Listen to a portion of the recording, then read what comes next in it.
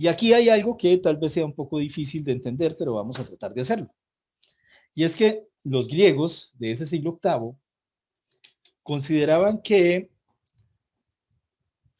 lo siguiente. Antes de nacer, habían estado con Dios, o con los dioses, podría decir, con Dios, con lo divino, con la divinidad. Después de morir, desde esa perspectiva, volvemos otra vez a Dios. Antes de nacer estábamos en Dios, después de morir, estamos en Dios. Pero acá, mientras estamos vivos, nos olvidamos por completo de esa verdad que pudimos compartir allí cuando estábamos dentro de Dios. Cuando nacimos nos olvidamos, un olvido. Y solamente unas personas que son muy especiales dentro de esas comunidades, que son los poetas, los chamanes, las pitonisas, los oráculos, ¿sí? Como se le quiera decir, son los únicos que pueden hacer memoria. Y al hacer memoria, recordar el sentido de la verdad cuando la verdad está en Dios. Es por eso que ellos consideraban que esos chamanes o poetas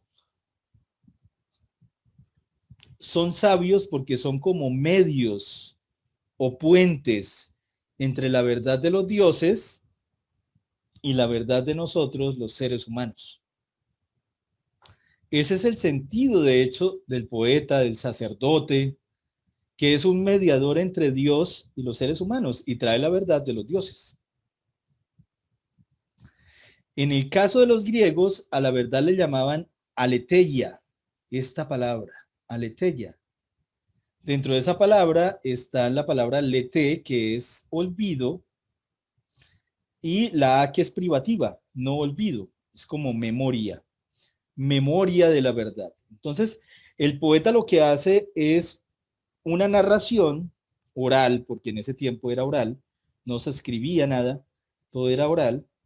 Posteriormente, los poetas empezaron a hacer dictados, así como aparece en la imagen. Entonces le dictaban a otro para que escribiera eso que no se podía olvidar, que era la verdad de los dioses. Y a través del poema, que es una narración, entonces explicar el sentido de algo que ocurría con nosotros los seres humanos. Por lo tanto, el poema, que es el mito, como el mito de Adán y Eva, por ejemplo, en el cristianismo, ese mito realmente es una interpretación.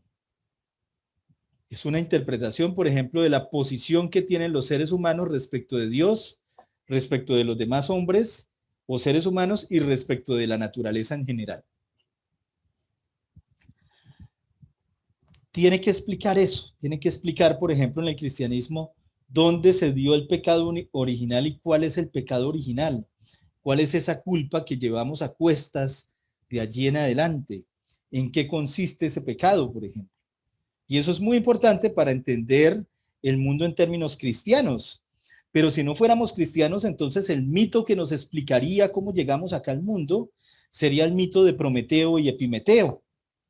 Y entonces ese mito también explica por qué en nosotros hay una cierta deuda, una culpa que está relacionada con dos cosas en ese mito, con el robo de Prometeo y con el olvido de Epimeteo. El mito entonces es una narración que permite interpretar el mundo. Y de hecho, en estas comunidades todo el mundo es interpretado a través del mito. Ahora, ¿cómo es que se da esa interpretación? Pues para que esa verdad llegue al poeta y el poeta no enloquezca, porque se supone que si cualquier ser humano se enfrenta a la fuerza y la luz de Dios, simplemente enloquecería o moriría, no podría soportarlo. Para que se pueda dar ese canal, esa posibilidad de que haya una transferencia de conocimiento entre Dios y los seres humanos, el poeta no puede enfrentarse de manera directa a la verdad que entregan los dioses, sino que requiere de un ser intermedio, que es la musa o la inspiración. Este ser intermedio es el que hace posible que ese mensaje de los dioses pueda venir a los seres humanos a través del poeta. El poeta a la vez lo interpreta a través de una narración, y esa narración viene siendo la explicación de cómo es que se puede entender el mundo, o de cómo debo entender mi posición como ser humano respecto de Dios, o cómo puedo entender mi posición como ser humano respecto de otros humanos, o cómo puedo entender mi posición respecto de la naturaleza. Como vemos, el mito es una explicación del mundo y de cómo podemos entender el mundo para nosotros. La musa es el medio que se encarga de transmitir el mensaje de Dios al poeta, que podemos llamar poeta, podemos llamar chamán, podemos llamar sacerdote, podemos llamar pastor en el caso del cristianismo. El papa también sería un poeta en ese sentido, porque es el que puede interpretar el mensaje de los dioses o de Dios en el cristianismo y traerlo a los seres humanos. Esa es la función del poeta.